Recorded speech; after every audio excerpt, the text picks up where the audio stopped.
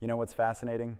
For decades, silver stackers have been called conspiracy theorists, doomsday preppers, tinfoil hat wearers.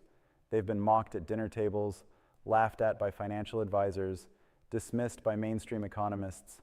But right now, at this very moment, something is happening in the precious metals market that's making those same critics go completely silent. And if you've been stacking silver, or even if you've just been watching from the sidelines wondering if these people were onto something, what I'm about to show you is going to validate every instinct you've had about where this market was headed. Silver just broke through a psychological barrier that most analysts said wouldn't happen for another decade. We're watching price action that hasn't been seen since the Hunt brothers tried to corner the market back in 1980. But here's what makes this different. What makes this the signal stackers have been waiting for. This isn't speculation anymore. This isn't a squeeze driven by a couple of billionaires. This is fundamental supply and demand colliding with a monetary system that's showing cracks in its foundation. And the smart money, the institutions that laughed at stackers for years, they're now scrambling to get positioned before this thing really takes off. Let me paint you a picture of what's actually happening right now, because the mainstream financial media is either missing it completely or deliberately ignoring it. Silver has more than doubled in value recently, and we're seeing sustained price levels that would have seemed impossible just a short time ago. But here's what nobody's talking about: the velocity of this move. We're not seeing a gradual climb. We're seeing explosive bursts, followed by consolidation at higher levels, which is exactly the pattern you see before a market goes parabolic. And when I say parabolic, I'm not being hyperbolic. I'm talking about the kind of move that changes generational wealth. Now, before we go deeper into this, I want to make sure you're getting the full picture. I've put together a free guide in the description below that breaks down the wealth protection strategies that thousands of American retirees are using right now. It's not just about silver, it's about understanding how to position yourself when the monetary system is going through this kind of transformation. Grab that guide, because what I'm about to explain is going to make a lot more sense when you see the full framework. Here's what's driving this move and why it's different from every other silver rally we've seen. First, let's talk about industrial demand. Silver isn't just a monetary metal anymore. It's become absolutely critical to the green energy transition. Every solar panel requires silver. Every electric vehicle uses significantly more silver than traditional cars. 5G infrastructure, medical devices, water purification systems, the list goes on. We're talking about industrial applications that didn't exist or were minimal just a few years ago, and they're now consuming silver at a rate that's outpacing new mine supply. But here's where it gets really interesting. Mine supply isn't increasing. In fact, it's been relatively flat for years. You can't just flip a switch and open a new silver mine. It takes years of exploration, permitting, development. And most silver comes as a byproduct of other mining operations: copper, lead, zinc. So when those base metal prices are low, silver production actually decreases because it's not economical to run those operations. We've been in this weird situation where industrial demand is skyrocketing while supply is constrained, and that's before we even talk about investment demand. Now let's talk about what's happening in the investment world, because this is where the story gets absolutely wild. For years, silver was the forgotten metal. Gold got all the attention. Central banks were buying gold.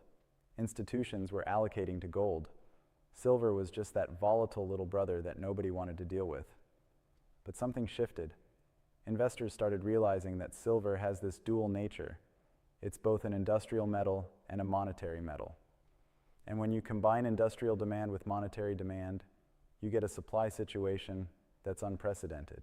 Look at what's happening with silver ETFs. We're seeing inflows that rival what we saw during the 2008 financial crisis, but with a key difference.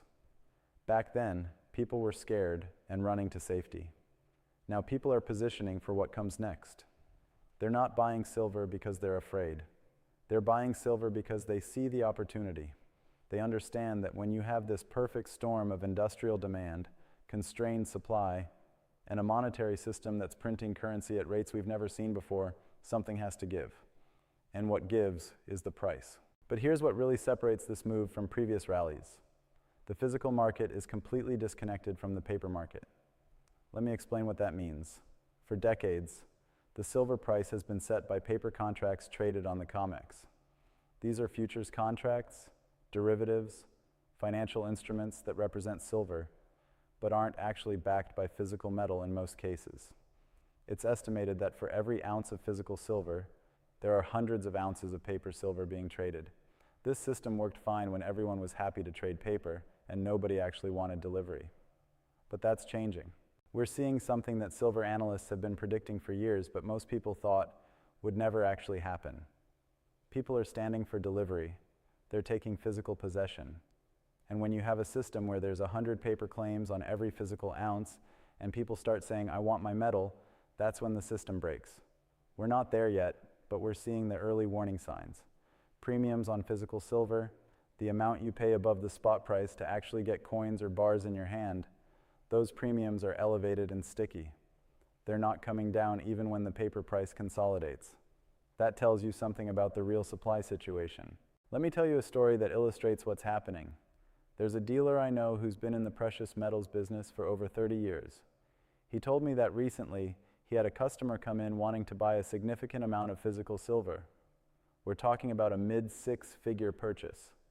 This wasn't some conspiracy theorist or doomsday prepper. This was a successful business owner who'd been watching the markets, doing his research, and came to the conclusion that physical silver was the best place to park a portion of his wealth. The dealer had to tell him it would take weeks to source that much metal, even though the paper price suggested there was plenty of silver available. That disconnect, that's the signal. Now let's talk about what's happening on the institutional side, because this is where it gets really fascinating. Central banks have been accumulating gold at record rates. Everyone knows that. But what people don't realize is that silver is starting to get attention from sovereign wealth funds and large institutions that previously ignored it. Why? Because they're doing the same math that stackers have been doing for years. They're looking at the supply and demand fundamentals. They're looking at the industrial applications. They're looking at the historical gold to silver ratio and realizing that silver is dramatically undervalued relative to gold. Throughout history, the gold to silver ratio has averaged somewhere around 15 to 1. That means it took 15 ounces of silver to buy 1 ounce of gold. For most of modern history, that ratio has been much higher, often above 50 to 1, sometimes above 80 to 1. Right now, even with silver's recent surge, the ratio is still elevated compared to historical norms. What does that mean? It means that if silver just reverts to its historical relationship with gold, we're talking about significantly higher silver prices. And if silver actually outperforms because of its industrial demand story, which gold doesn't have, then we're talking about a revaluation that most people aren't prepared for. Here's another piece of the puzzle that's absolutely critical. The US dollar is losing its grip as the world's reserve currency. Now, I know that sounds dramatic, and people have been predicting the death of the dollar for decades. But what's happening now is different. We're not talking about the dollar disappearing overnight. We're talking about a gradual shift where countries are settling trade in their own currencies, where central banks are diversifying their reserves, where the BRICS nations are actively working on alternative payment systems. This isn't conspiracy theory. This is documented policy from major economies. When the dollar's dominance erodes, even gradually, what happens to dollar-denominated assets? What happens to the purchasing power of dollars sitting in bank accounts? History gives us a pretty clear answer. People move to hard assets. They move to things that can't be printed, that have intrinsic value, that have been recognized as money for thousands of years. Gold and silver. And because silver is more accessible, because you can buy meaningful amounts without needing tens of thousands of dollars, it becomes the people's money. It becomes the way average individuals protect themselves from currency debasement. Let me give you some context from history, because what we're seeing now rhymes with previous periods of monetary transition. In the 1970s, when Nixon closed the gold window and ended the Bretton Woods system, we saw a decade of monetary chaos. Inflation ran rampant. The dollar lost significant purchasing power, and precious metals went on a run that made early investors wealthy. Gold went from $35 an ounce to over $800. Silver went from under $2 to $50. Those weren't just good returns. Those were life-changing moves that protected people from the destruction of their currency's purchasing power. But here's what's different now. In the 1970s, silver didn't have the industrial demand story it has today. It was primarily a monetary metal. Now it's both. You've got the monetary demand from people protecting wealth, plus you've got industrial demand from technologies that are essential to the modern economy. That's a combination we've never seen before at this scale. And it's why analysts who understand both sides of the equation are saying this could be bigger than the 1970s move. Let's talk about what's happening in the solar industry specifically, because this is a perfect example of how industrial demand is changing the game. Solar panel installation is accelerating globally. Countries are setting aggressive renewable energy targets. Companies are investing hundreds of billions into solar infrastructure, and every single panel requires silver for its conductive properties. There's no substitute that works as well. They've tried other materials. They've tried to reduce the amount of silver per panel, but at the end of the day, if you want efficient solar panels, you need silver. Now multiply that by the number of panels being installed globally, and you start to see the problem. We're talking about industrial demand that's measured in hundreds of millions of ounces annually, and that's just from solar. Add in electric vehicles, add in 5G, add in all the other applications, and you're looking at industrial demand that's consuming the majority of annual silver production. That leaves very little for investment demand. And when investment demand picks up, which is what we're seeing now, where does that silver come from? The answer is it comes from existing stockpiles, from people selling their holdings, from recycling. But here's the thing about silver. Unlike gold, which mostly sits in vaults and gets recycled efficiently, silver gets consumed. It gets used in industrial applications where it's not economical to recover it. Once it's in a solar panel on a roof, it's effectively gone from the available supply for decades. This is why some analysts talk about silver as a depleting resource in a way that gold isn't. Gold gets hoarded, silver gets used. Now, I want to address something that's probably on your mind. You're thinking, okay, this all sounds great, but what about the volatility? What about the risk? And those are legitimate questions. Silver is volatile. It can swing 10 or 15% in a week. It's not for the faint of heart. But here's what you need to understand. That volatility works both ways. Yes, it can drop quickly, but it can also rise quickly. And when you're in a structural bull market, when the fundamentals are this strong, that volatility becomes your friend if you have the right time horizon and you're not over-leveraged. Think about it this way. If you're a retiree or someone approaching retirement, you're not looking to trade silver for quick profits. You're looking to protect purchasing power over years and decades. You're looking to have a portion of your wealth in something that can't be devalued by central bank policy. In that context, short-term volatility is just noise. What matters is the long-term trajectory. And the long-term trajectory is being driven by fundamentals that aren't going away. Industrial demand isn't going to suddenly disappear. Currency debasement isn't going to suddenly stop. These are multi-year, multi-decade trends. Speaking of retirement and wealth protection, let me take a quick aside here. If you're sitting on $100,000 or more in retirement accounts, you need to understand how gold IRAs work. I'm not talking about selling everything and going all in on precious metals. I'm talking about having a portion of your retirement savings in physical gold and silver that you actually own, that's held in your name, that can't be devalued by monetary policy.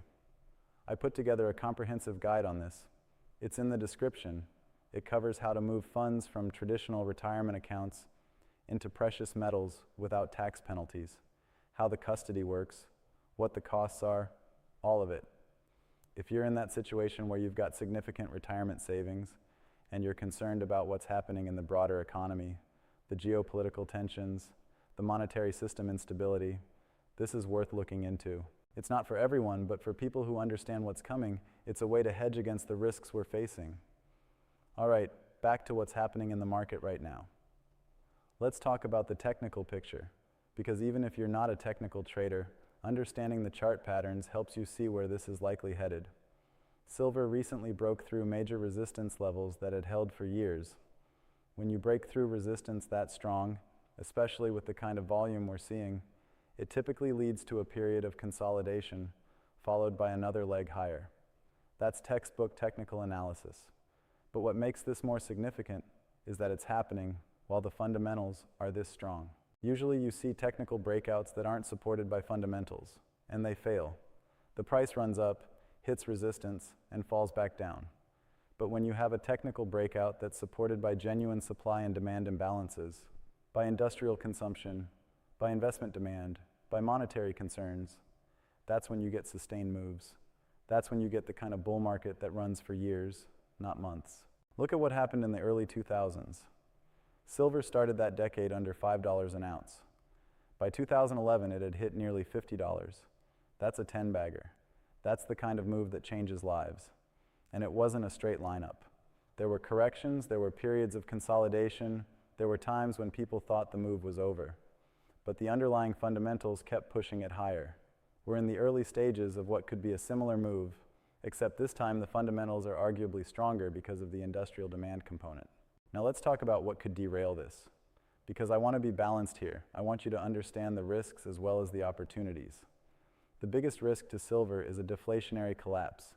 If we see a 2008-style credit crisis, where everything sells off, where people need liquidity, and they're selling whatever they can, silver will get hit. It got crushed in 2008, dropping from $20 to $9 in a matter of months. But here's what happened next. It recovered and went on to make new highs. Why? Because the response to that crisis was massive monetary stimulus, which is exactly what drives people to hard assets.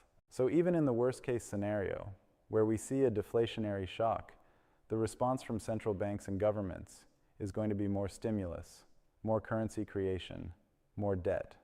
And that's ultimately bullish for precious metals. It might create a buying opportunity in the short term, but it doesn't change the long-term trajectory. In fact, it probably accelerates it, because it makes the monetary concerns even more acute. Another risk is technological substitution. What if someone invents a material that can replace silver in solar panels or other applications? It's possible. But here's the reality. They've been trying to do this for years. Silver's properties, its conductivity, its reflectivity, its antibacterial characteristics, these are hard to replicate. And even if they develop substitutes, it takes years to scale up production and integrate new materials into manufacturing processes. The industrial demand we're seeing now is locked in for years to come. Let me tell you about something that's happening in the mining industry that most people don't know about. Silver miners are struggling. Even with higher silver prices, many of them aren't making the kind of profits you'd expect. Why? Because their costs have gone up dramatically. Energy costs, labor costs, equipment costs, regulatory costs, everything is more expensive. And remember, most silver comes as a byproduct of other mining operations. If copper prices or zinc prices aren't high enough to justify running those operations, silver production suffers even if silver prices are elevated. This creates a situation where higher prices don't necessarily bring more supply to market quickly. In most commodities, when prices rise, producers ramp up production, and eventually the market balances. But silver's different because of its byproduct nature and because of the long lead times to develop new mines. We could see sustained high prices without a significant supply response, which is exactly what you want if you're holding silver. Here's another angle that's fascinating. The paper silver market, the futures and derivatives, is showing signs of stress. Open interest, the number of contracts outstanding, has been volatile.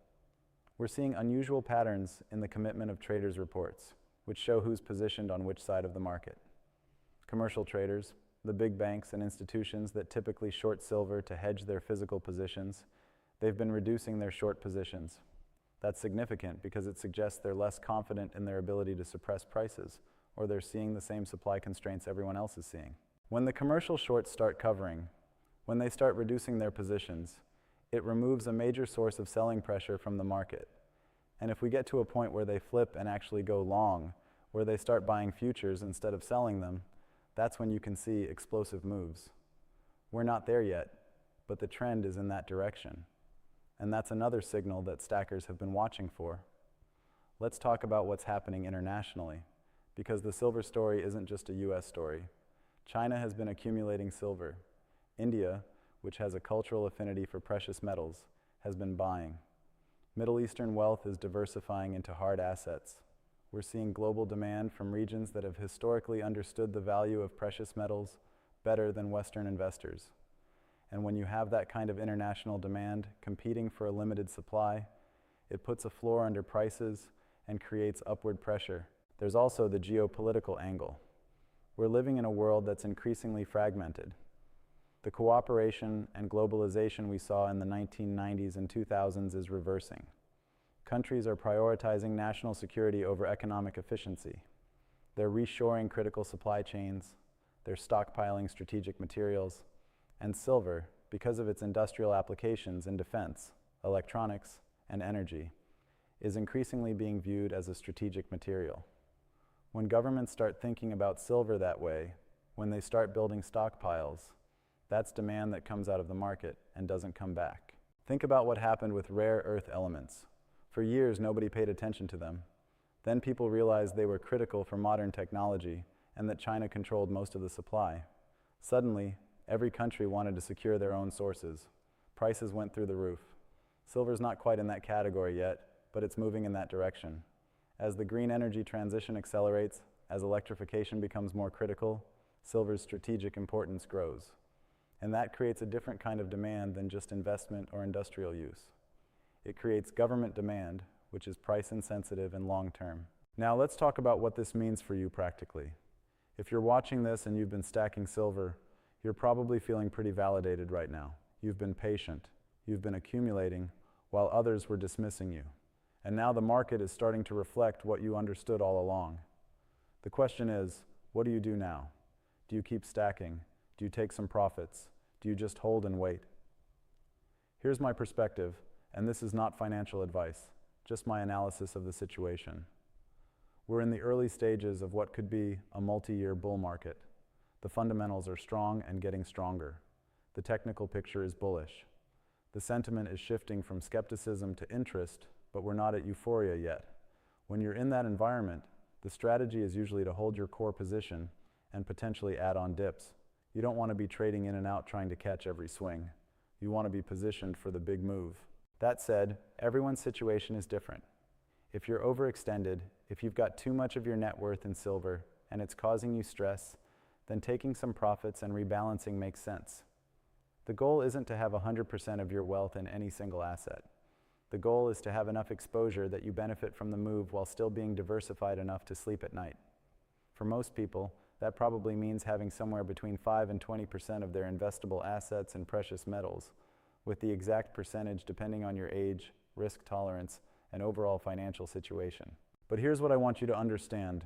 This isn't just about making money. I mean, yes, the potential returns are significant. But the deeper story is about protecting yourself from a monetary system that's showing serious cracks. We're living through a period of unprecedented monetary experimentation. Central banks have created more currency in the last few years than in the entire previous history of their existence. That has consequences. It has to have consequences. And those consequences are going to show up in the purchasing power of fiat currencies. When you hold silver, you're opting out of that system to some degree. You're holding something that has intrinsic value, that can't be printed, that has been recognized as money for thousands of years. That's not just an investment. That's insurance. That's a hedge against the possibility that the monetary authorities don't have everything under control, that their models are wrong, that their assumptions about inflation and debt and currency creation are flawed. And here's the thing. You don't need to believe in a complete collapse of the system to see the value in holding precious metals. You just need to believe that there's some probability, even a small probability, that things don't go according to plan, that inflation stays higher for longer, that currency debasement continues, that geopolitical tensions escalate, that the financial system faces another crisis. Any of those scenarios, or a combination of them, makes precious metals valuable. And silver, because of its dual nature as both a monetary and industrial metal, gives you exposure to multiple positive scenarios. Let me paint you a picture of what the next few years could look like if these trends continue. Imagine silver continuing to climb as industrial demand grows and investment demand accelerates. Imagine premiums on physical metal widening as the disconnect between paper and physical becomes more obvious. Imagine mainstream financial advisors who currently tell their clients to avoid precious metals, starting to recommend a small allocation. Imagine pension funds and endowments, which currently have zero or minimal precious metals exposure, deciding they need some portfolio insurance. When that institutional money starts flowing in, when you have billions of dollars trying to get positioned in a market that's relatively small compared to stocks or bonds, that's when you see the kind of moves that seem impossible until they happen. Silver's entire above-ground supply, all the silver that's ever been mined and still exists in some form, is worth a fraction of what some individual tech companies are worth. The market is tiny compared to the amount of capital that could potentially flow into it, and that's what creates the opportunity for outsized returns. But it also creates risk. Small markets are volatile. They can move quickly in both directions. You need to be prepared for that. You need to have a time horizon that's measured in years, not months. You need to be able to withstand drawdowns without panicking and selling at the bottom. That's why position sizing is so important. That's why you don't put money into silver that you might need in the next year or two. This is long-term wealth preservation and growth, not a trading vehicle.